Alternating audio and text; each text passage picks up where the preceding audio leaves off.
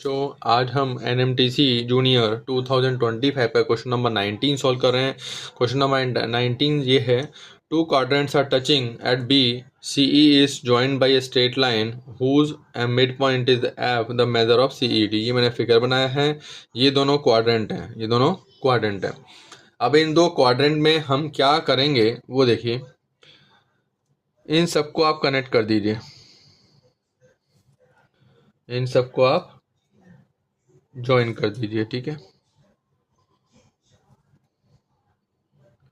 इसको भी आप ज्वाइन कर दीजिए, ठीक है। ओके, जब ये 90 है और ये क्वाड्रेंट है तो ये भी ये वाली साइड इसके इक्वल होगी, होगी कि नहीं, और ये वाली साइड इसके इक्वल होगी, होगी। जब ये 90 है तो ये कितना हो जाएगा यहाँ पर 45, ये भी 45 हो जाएगा, ये 45 हुआ तो ये भी इधर 45 हो जाएगा, ये भी इधर 45 हो जाएगा, ठीक है। अब ये एंगल हमको फाइंड करना है, ये एंगल कितना है, तो इस एंगल को ले लेते हैं हम अल्फा, है ना। एंगल CEB, एंगल CEB को हम ले लेते हैं अल्फा, ठीक है। अल्फा प्लस 45 कर देंगे तो हमको आंसर मिल जाएगा। हमको CED फाइंड करना था तो इसको हमने अल्फा ले लिया, ठीक है, अल्फा ले लिया।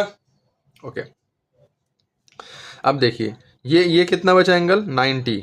अब ये बना राइट एंगल ट्रायंगल, कौन सा, CBE is the right angle triangle, angle BCE is right angle triangle. अब राइट एंगल ट्रायंगल में क्या होता है कि अगर ये मिड पॉइंट है, वैसे भी आप मिड पॉइंट दिया ही हुआ है, यानी कि ये वाली साइड इस वाली साइड के इक्वल दी हुई है। तो जब राइट एंगल ट्रायंगल में क्या होता है, ये राइट एंगल ट्रायंगल है और ये हमने मीडियन बनाया, तो ये साइड ये साइड ये साइड तीनों इक्वल होती हैं, तो ये साइड और ये साइड तीनों इक्वल हो जाएंगी, हो जाएंगी, ठीक है। अब जब ये अल्फा है, ये अल्फा है तो ये भी अल्फा हो जाएगा, क्यों, एंगल BFE, एंगल BFE में लगाइए आप, साइड इक्वल हैं तो इनके अपोजिट एंगल्स इक्वल होंगे। ये हमने अल्फा लिया तो ये भी अल्फा हो गया, हो गया, ठीक है। अब ये अल्फा हो गया।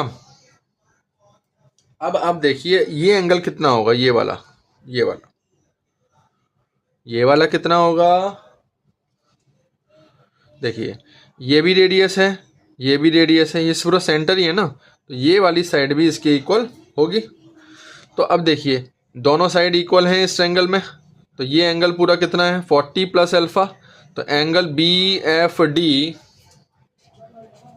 एंगल BFD भी 45 प्लस अल्फा हुआ कि नहीं, BFD ये वाला एंगल 45 प्लस अल्फा, ये 45 प्लस अल्फा हुआ। और इधर देखिए तो एंगल DEF, एंगल DEF में ये दोनों साइड इक्वल हैं तो ये 40 प्लस अल्फा, तो ये भी 40 प्लस अल्फा होगा, यानी कि एंगल DFE ये भी 45 प्लस अल्फा होगा, होगा क्या नहीं, ये वाला एंगल भी 45 प्लस अल्फा होगा, ये भी 45 प्लस अल्फा, ये भी 45 प्लस अल्फा, और ये अल्फा ये अल्फा। तो इन ट्रायंगल BFE,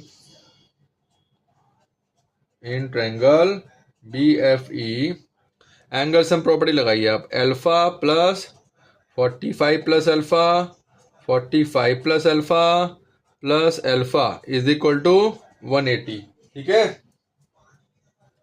यहाँ से अगर हम सॉल्व करेंगे इसको, देखिए 1 2 3 4, 4 alpha plus 90 is equal to 180, तो अल्फा की वैल्यू कितनी आ जाएगी 90 divide by 4, 90 divide by 4, 90 divide by 4 कितना होगा, देखिए डिवाइड करिए 22.5 आ जाएगा। और अगर ये 22.5 आया तो एंगल CED कितना हो जाएगा, एंगल CED कितना हो जाएगा भाई, एंगल CED कितना है, अल्फा प्लस 45 है, तो अल्फा हमने निकाला 22.5 प्लस 45 हो गया, तो ये आंसर आ जाएगा आपका 67.5, यही आपका आंसर होगा। ओके बेटा, गुड बाय।